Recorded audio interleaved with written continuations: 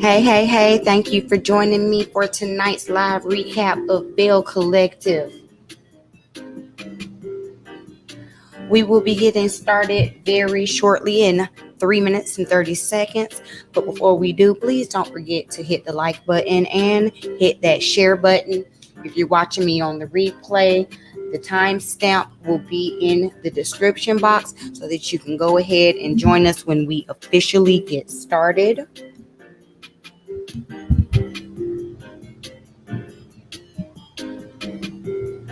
I figured it would be easy to go ahead and do this recap right after the show went off. That way I don't have to do any editing or anything for tomorrow. So I do appreciate y'all for joining me. Hi, Zaya. Love you back. Thank you for joining me today. All right, I'm going to let the music play. We only have a little over 2.5 minutes left, and then we're going to get into this review.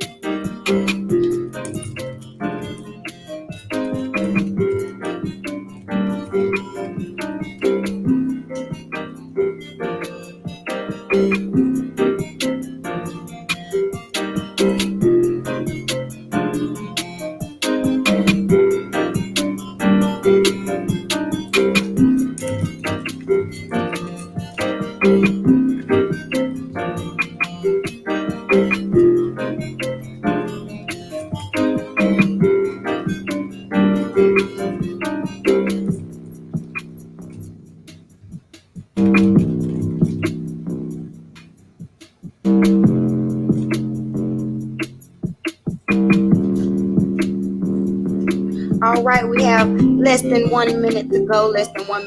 I hope that you shared this video. You had plenty of time to do it.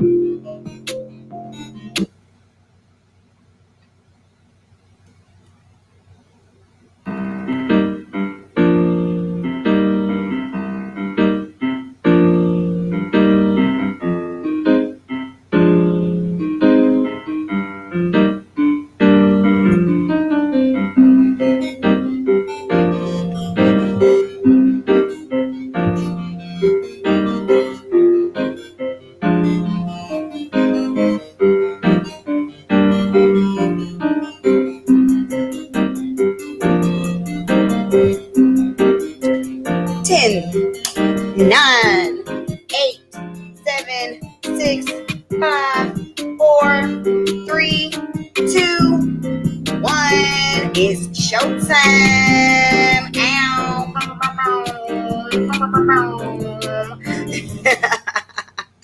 Hey, let me turn this TV off back here because I don't want them getting me. All right. Hey, hello. Let me move my camera back to where she belongs. Hello. Thank y'all for joining me for this live recap for tonight's episode of the Belle Collective OWN's latest reality TV show. OWN has definitely been coming with a whole lot of new reality TV shows, and I enjoy them. If you have been on my channel for a while, you know that I reviewed what is the show? Love and Marriage Huntsville. Love and Marriage Huntsville, just a quick little announcement, just in case you do not know, Love and Marriage Huntsville comes back on for its latest season on January 30th, and I will be reviewing it. That is a Saturday. So I will be reviewing it. I probably will be doing these type of live recap reviews of Love and Marriage Huntsville, just because of me. I'm at the end of my program for school. I'm almost done, and it's just easier and less work for me to come on here and go live and talk with y'all and get y'all's feedback at the time that it happened. So we're gonna go ahead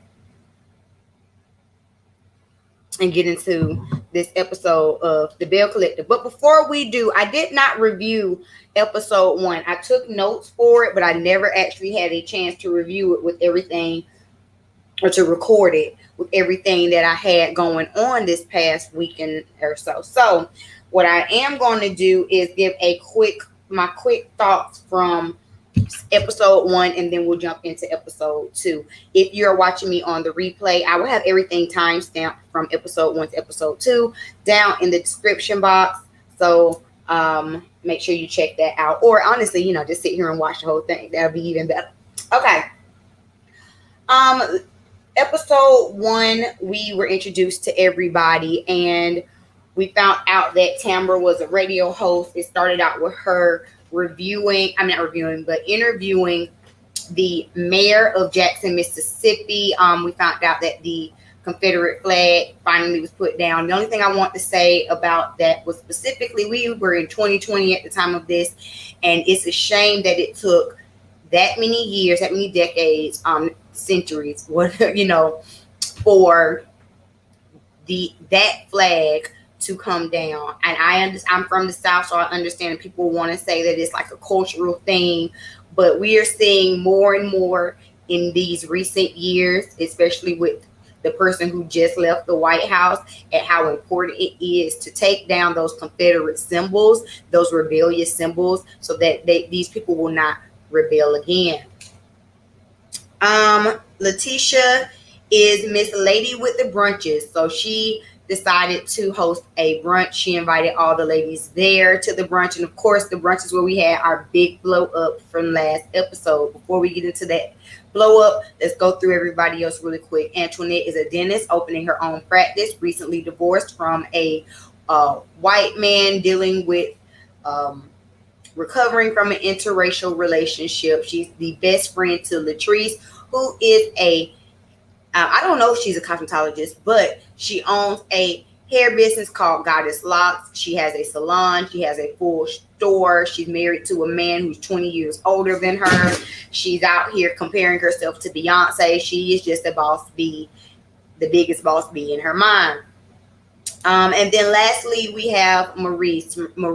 Marie is a therapist.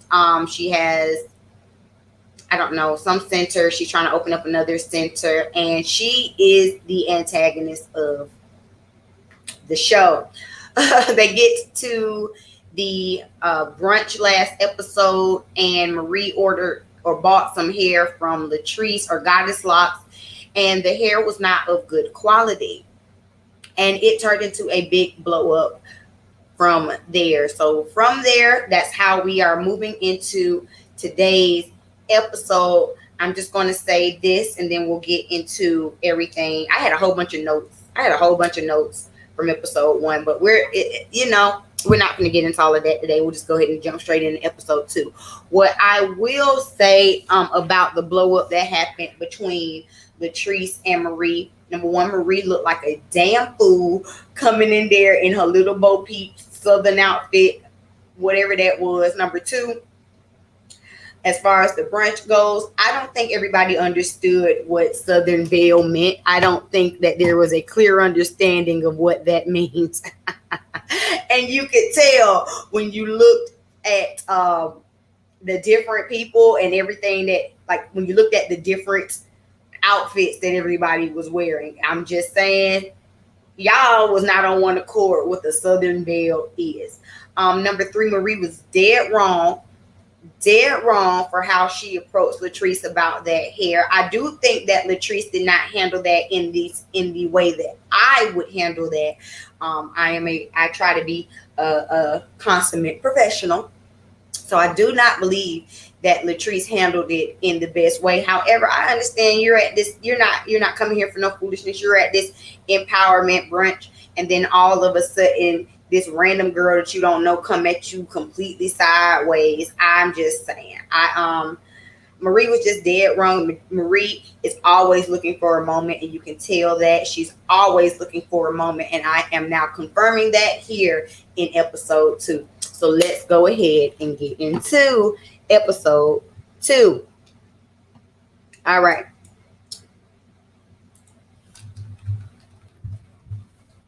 I'm trying to time stamp it while I'm sitting up here so I can make sure I put it back in the description. Okay. So, the episode starts off with Latrice talking to her PR person, and they were discussing starting or getting things together for her hair care line that she is releasing. Of course, you have a hair business, you have a salon. Starting a hair care line is a reasonable and understandable next step when it comes to expanding your business. I do think Patrice is doing a good job. Clearly, her hair looks nice, her salon looks nice. Apparently there is demand for it, and I'm all here for women in the hair industry get into it. I prefer that it be actual women in the hair industry and not like these random celebrities like Dr. Heavenly, who all of a sudden it's like, okay, now I'm selling bundles. I prefer when it's actually people, in the hair industry, that are trying to better the hair industry. And so while she's in there on the phone, Zaddy, which is Cliff, which is her Cliff, Zaddy comes in to the room and kind of gives the publicist a little bit of a compliment. And Latrice said something like, don't be complimenting everybody. And there was a little exchange there where he was like, what, are you insecure about it? And she said no, but her face said yes. And they began to discuss the business. Latrice gives us the backstory about how she began selling bundles out of her trunk. And from there, she went on to have this huge multi-dollar business. And it's her business. It's not her and Cliff's business. And she wants to be the one who runs it. She does not want his input. She just wants his money as a silent investor. I'm gonna just say this. I understand sometimes not wanting your husband's input. My husband is my number one investor / supporter / backer / all of that. And but how I am about my business and things that I want, sometimes I can get a little snappy. And I don't necessarily always listen or agree with his input on it. So I can understand how it's good to work together, but also it's good to kind of have that separation. So the fact that she's saying that she just wants this money and him be a silent investor, I don't know if that is actually going to be what happens. I know that's not what happens, but as far as me and my home, but I understand her feelings about wanting to make sure that things stay true to her and her brand. Next, we get Tambra and Letitia meeting up for a little lunch to discuss the brunch, should I say. And we find, okay, so Tambra was not able to come or host the brunch because she had a previous engagement. And so Letitia is basically giving her the rundown about what happened between Marie and Latrice. She seems to be confused about it. And Tambra asked her, well, did everything else go good about the brunch? And basically she was just like, well, I did my affirmations and that was it. My question is, what were all of the activities that you had planned for the brunch? Because if all the activities that you had to plan for the brunch were just to sit there and look in the mirror and tell yourself that you're great, I don't think that would be something that I would pay to go to. Hi, Triumphant Tip. Thank you for running me. I'm supposed to be doing homework too, but I was like, let me go ahead and get this over with. Okay. Also, side note, when we're talking about this brunch scene, this is the best that Letitia's hair looked in the entire episode so far, the entire season. She had this like cute little curly bob number going on. It was cute. The bang needed to be cut just a little bit, maybe add a little bit of mousse because it was getting a little wild on her. But that was actually a really cute hairstyle on her. She missed the mark with every single other look. that particular look, her hair looked good, her makeup looked nice, her outfit looked nice. Every other scene in the episode, in my opinion, Letitia needed help. As far as, and just a side note, as far as the styling for everybody on this season, we know on the first seasons of any show, the first season is always kind of rough, when it comes to people styling, their fashions, their hair, their makeup, and all of that kind of stuff. However, I don't think that this cast has it too wrong. I think the weakest of the cast is definitely Letitia. And I hope that she gets it together eventually. It's like she's real hit or miss. But anyway, Letitia goes on to explain to Tambra that she was not even able to expect to bring out or to announce her plan to expand on Ferris Street and to revamp Ferris Street. And Tam is very upset about that because Tambra is upset about that because she realizes that was the whole point of the brunch and that it's very important for Letitia. And that's messed up. I feel like, how did you let that one little scene ruin your whole brunch? I'm just saying, I just want to know what was the itinerary. Anyway, in this scene, we find out that Tambra is going to be hosting. These are things that get cut out if it wasn't live. Tambra is going to be hosting her 40th birthday party. All right. Next, we have Marie in the office, and she's chit-chatting with good old Essie. And it was in this moment that I realized that I ain't gonna like Marie. Don't get me wrong. I realized earlier that I wasn't really feeling Marie, but it was in this particular scene that I realized, I don't see it for her. She wants to be the center of attention. She wants to be the HBIC, and the sad part is she's just not. Okay, I'm just saying that. I'm just letting you know. Woo! But anyway, so Marie is sitting there with Essie, and they're discussing the brunch, and she's talking about, and Marie completely spins the narrative that Latrice was the one that went left first. She completely plays victim as if she doesn't understand or know why Latrice would attack me, and I came to her as a customer. And we all know that the customer is always right. Why would she, why would she feel this way? Why would she not be a better boss or something? I don't know. The way that she spun that, that was what really had did it for me, because I'm sitting up here like, but you're not sitting up here saying how you came to her. You did not come to her as a concerned customer, like, hey, I'm coming to you. I'm just letting you know, like, I bought this hair the other day, but it's really, really tangled. You came to her like, is this your product? Is this how you represent your brand? Is this what you sell? Is this what you do? And how you expect anybody, if one of your clients came in and chumped you off, you know what I'm saying? Would you just be, you don't strike me as the type of person that just be like, okay, sure. Well, let me do any and everything I can to make sure that you're happy. You just don't strike me as that type of person. But for some reason, you expected Latrice to be that type of person when you came at her sideways. It don't make sense. Make it make sense. You can't.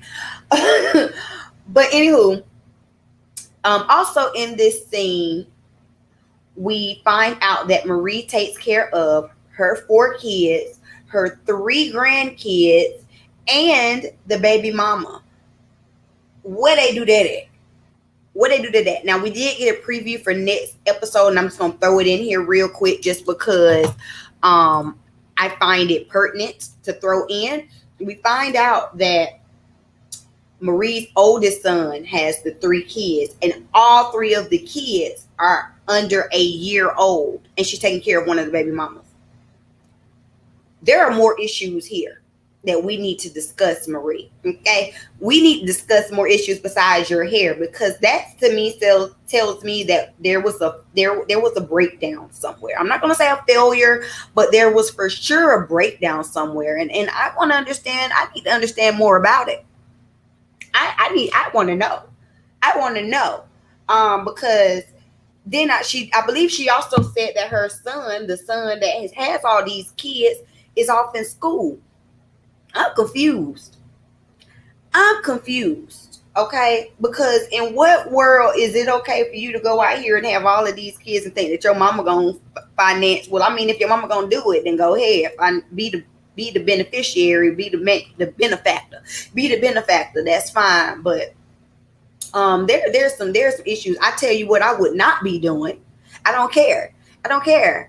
I have a million dollars. I don't care. What I would not be doing is taking care of my grown son, my grown son's children, and my grown son's grown baby mama. That ain't what I'm gonna do.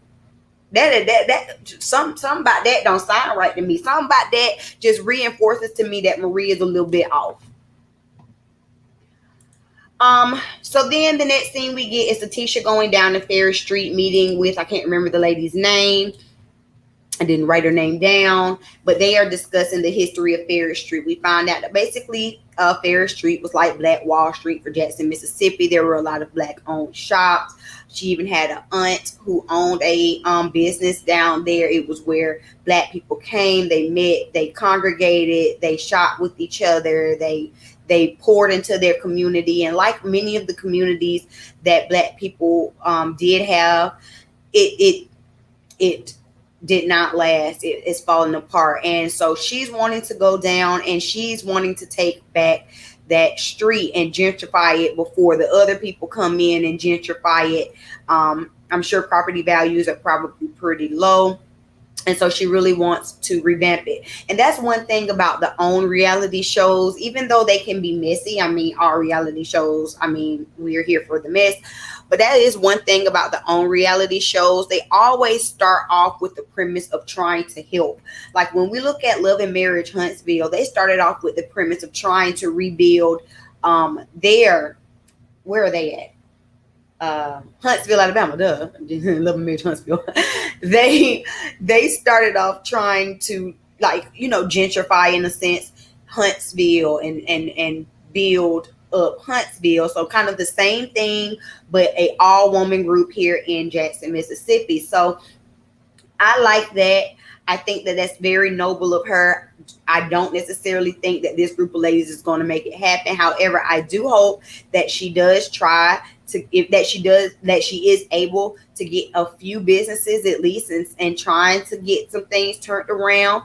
And I hope that she's not just relying on the women of this show, but that she's actually reaching out to more people, to other people, to try to get more backing and support. But I think it's a very, very, very noble initiative to be starting off. Side note, the wigs in this scene between Letitia and the other Miss Lady, I don't blame Miss Lady, because Miss Lady, you just called her and told her to come down here and shoot this scene. She probably didn't know what was going on.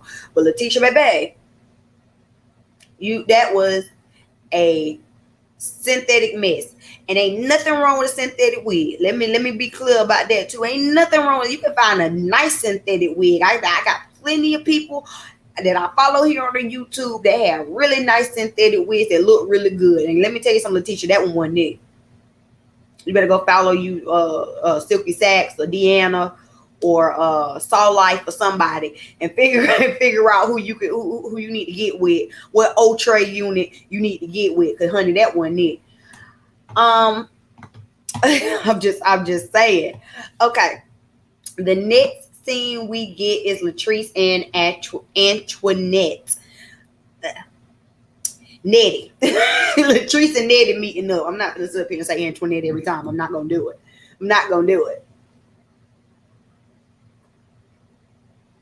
You in the South, baby. I know you know a Nettie. I know you done met a Nettie by now. So Latrice and Nettie, they meet up. And Nettie's outfit was so cute to me. It was like this little two-piece, a little short, but it wasn't like a tight short. It was like a little linen two-piece summery. It looked really cute and comfortable. She's a super cute girl to me. Like she's very dainty, very feminine, very petite. I think she's really, really cute. I like her a lot.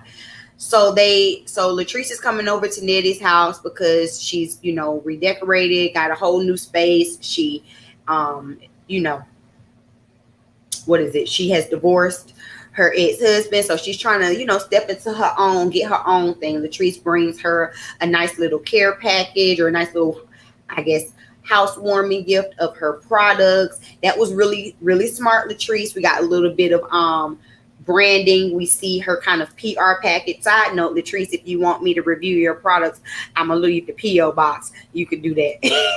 Hit me. As a matter of fact, just go ahead and hit me on my website via my email. All of that's in the description box, and that's for anybody if you want me to. Wait, where's my microphone? That's for anybody. If you would like me to review any of your products, makeup, or hair, all you have to do is hit me up on my email. Okay? Just hit up my email. Anywho, so then we began to talk. Oh, and Nettie said something that I thought was very, very, like, what I think people need to understand and hear. We can all win. There's plenty of food at the table. And that is a lot of the time the issues, especially when we're talking about people, minorities in business, or, minorities that are trying to succeed. It's like, it's a me, I have to win, cutthroat type of thing. And that's not what, like, for every one person, there's like 1,000 other people. So you know what I'm saying? Like, we don't have to sit up here and compete with each other. We will get a lot further if we were to help each other and move things along. It's a very, especially as people of color, sometimes we can have a very crab in the barrel type of mentality. And so I did like Latrice saying, bottom line is there's plenty of food at the table we all can eat.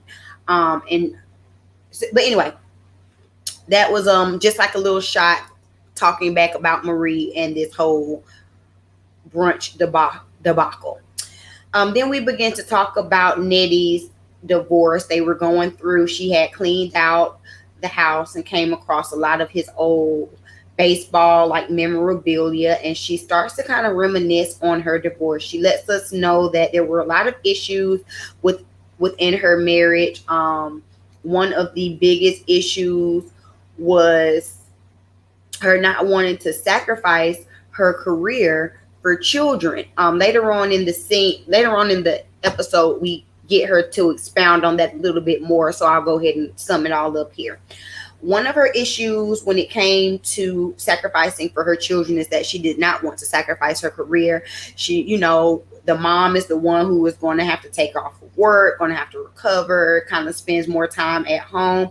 That was actually my mindset when it came to having kids for my life. I waited until I was dang near 30 to have my son, because of the fact that I just wanted to have my career together. I just want to have my stuff together so that I could provide with no matter what. And so she basically, Nettie basically is saying that she wants her child or children, whenever they do come into this world, to not have to know what suffering is.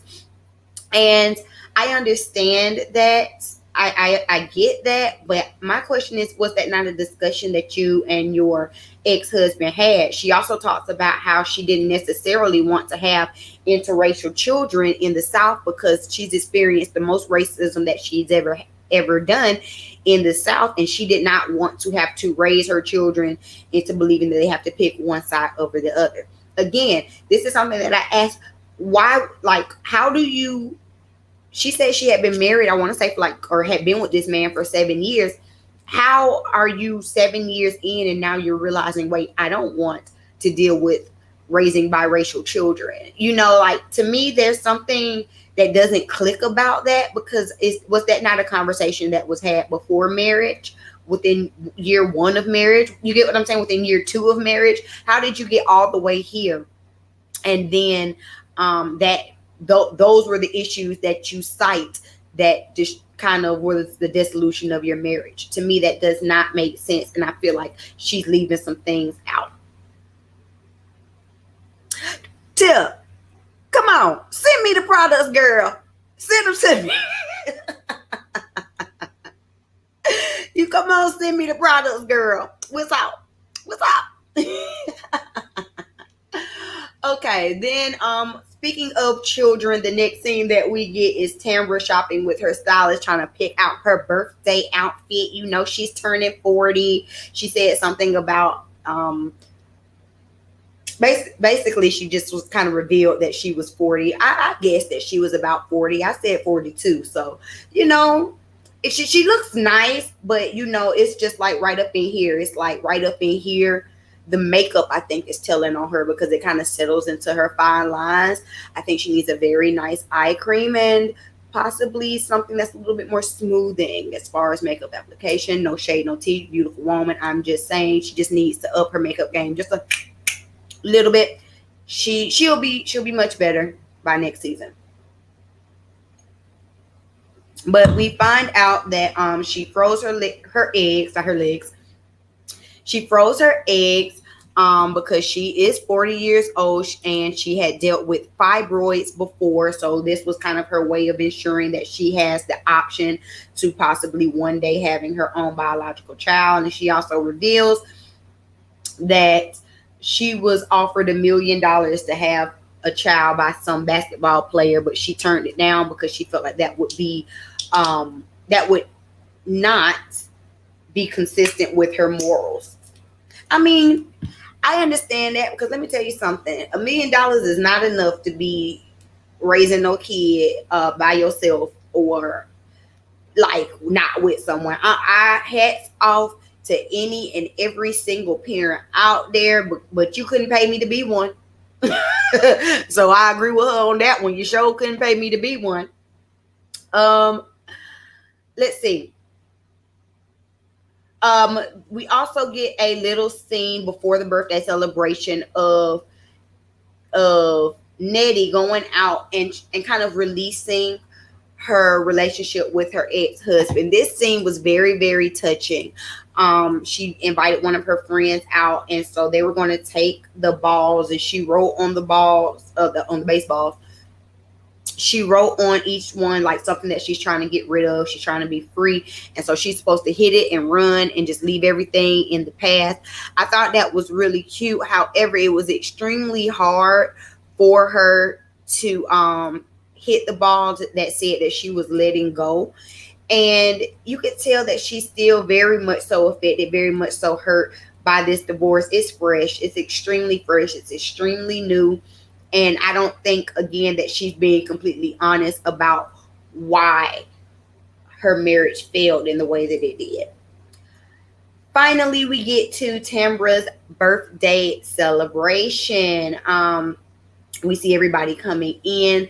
This was the scene to me that Letitia looked the worst. I don't know what this bustier belt, headband, wig, I don't know what was going on, but Letitia, no. Just no. We get Latrice and her PR and her husband Zaddy walking in together. Latrice always looks really nice. You can tell that she's very much so put together. She looked nice. It was in this scene. Zaddy is flirtatious. He's real flirtatious. He's real like slick can oil. What's the like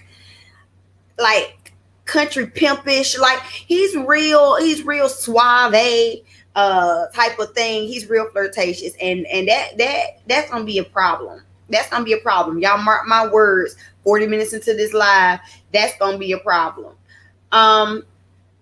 So they all sit down and they begin to kind of discuss again the brunch, and some kind of way there ended up being a little bit of an uprising at the table between Marie and Antoinette, because Antoinette basically asked between Letitia and Antoinette, because Nettie asked Letitia what was it that Marie actually does. And basically kind of shaded her a little bit as if like she's just a regular old person who came to this business lunch and acted a fool. And I mean, honestly, it's true. And so then Marie enters, or Let Latrice tell it. Marie Bo Peep enters, honey. And this is what I'm talking about with Marie wanting to be the center of attention. I know I look good. And my outfit, I'm snatched, honey. I mean, don't get me wrong. We all want to be snatched. We all think we look good. We all think we are the most beautiful woman in the room. I mean, I hope that is how you feel when you walk into a room. I hope you walk into a room feeling like you're the most beautiful woman in the room. But Marie goes out of her way to try to make moments. You can tell that she goes out. Whenever she talks, everyone's going to be talking about what I have on. Everyone's going to talk about what I like. She's too much. She's too much. Your insecurity is showing. It's showing. So basically, of course, you already know how it goes in these reality TV shows, and when it comes to these group settings, they want to bring everybody together in order to squash the beef. And what I do respect is that Marie shut that down and was like, today is not about me and you, it's about Tambra, and I want to leave it at that. And I actually did respect that, because it bothers me when they mess up a perfectly good party with their cattiness. Excuse me. Mess up lunch. Don't mess up somebody's party that they spent money on. So I did respect Marie for not wanting to engage at the table at this party, having all of that. However, it would have been nothing to just all right. I'll toast to us getting this right at a later date. You know what I'm saying? Marie sat there with the ugly face, did not want to just give a toast of good faith to them coming back around and figuring it all out. Side note, that PR, she was a mess, honey. Latrice's PR person, she is a mess. Now, I don't know if PR is supposed to be messy. I'm pretty sure that PR is supposed to clean up the mess, not be messy. And you can see messy all over here, especially the way that she sat down at the table and tried to bring everything up at the table. She was a little bit messy, but Marie wasn't here for it. So after Latrice and her PR leave away from the table, then we get Letitia kind of pep talking Marie and kind of like hyping her up as if she was the victim or something. Like, don't let her paint you out to be this person. No. If Latrice says anything, she's painting Marie out to be the person that she showed herself to be. Let's not sit up here and act like Marie was innocent in how everything went down at your brunch. If anything, you should check your friend about how your friend acted at your brunch. I did not like that. I did not like how Letitia was coddling Marie. And I understand it's like friend, you know how I am. You know I'm not gonna be fake and all of this kind of stuff. But if I'm your friend, I'm gonna tell you when you're wrong. And Marie, you're wrong. Letitia and Nettie, actually, they walked away at some point during the party. They stepped away from everybody to kind of discuss the tension and the shade that they had between them, and it was actually a really good scene. Like, don't get me wrong, I enjoy drama and mess. However, I also enjoy when grown women can sit down together and be like, this is how I felt, this is how I felt, this is how I feel, let's move forward. So basically we find out they discuss the brunch and how Antoinette just felt like things could have happened better at the brunch, and she's talked a little junk. And Letitia said, well, you know what, it's fine, girl. You know, I didn't want, that's not how I wanted my brunch to go either. And, you know, I talked a little junk about your wig, girl, about you pulling it down a little bit. And they laughed, and it was really cute. And Antoinette owned up to being shady, and she also said, I'm not going to talk about you behind your back to anybody, and if anyone comes to you and say that I did, then you know it's a lie, because I'm telling you to your face that I didn't. Now I hope that you don't have to eat those words later, Nettie, because I'm gonna be watching. I hope you don't have to eat those words later. But I did like the exchange that they had between them, and it seemed very genuine. And that's how grown people sit up here and get on the same page and move forward. The last thing of the night was them bringing out the cake and Tambra blowing out the candles during COVID. I wouldn't have ate none of that cake. And giving a riveting toast about how they are all beautiful black bosses and they need to stick together. Woo, woo, woo, woo. It looked like a really nice party, honey. They done partied the night away. We see scenes of everybody dancing, and it looked really nice. Overall, I enjoyed this episode. I enjoyed this series so far. It's very refreshing to get a reality show that is not based around Atlanta, music, or marriage. Let's go. Yeah. It's not based around those things. And so I actually really am enjoying Belle Collective. Y'all let me know what y'all think about everybody down in the comments. I don't have a favorite yet. I pretty much like everybody except for Marie. But I pretty much like everybody equally right now. I don't have a favorite, but if you have a favorite, please drop that down in the comments and let's talk about it. Tell me your thoughts. If I missed anything on this review, please feel free to get down in the comments and let's talk about it. Just in case you didn't hear it, get one more time, get down in the comments. Comment. And before I exit out of this video, I want to give a shout out to my Patreons. So shout out to my beauties. Y'all are the real MVPs. Remember, shout out to my Patreons. Y'all are the real MVPs. I'm going to be trying to do some special things for y'all in this new year because y'all have definitely been riding with me. If you would like to join my Patreon, it's very simple. All you have to do is go to www.patreon.com/bstokestyling and make your pledge. $5, $10, or $25. Currently, I'm trying to get to 20 Patreons, you guys. So make sure you help me reach my goal by clicking the link down in my description box and joining my Patreon. You do not want to miss out on the early access to my videos. All right, you guys. So that is the end of today's recap for OWN's Belle Collective. Thank you, and I will see y'all this time next Friday to recap episode 3. Peace.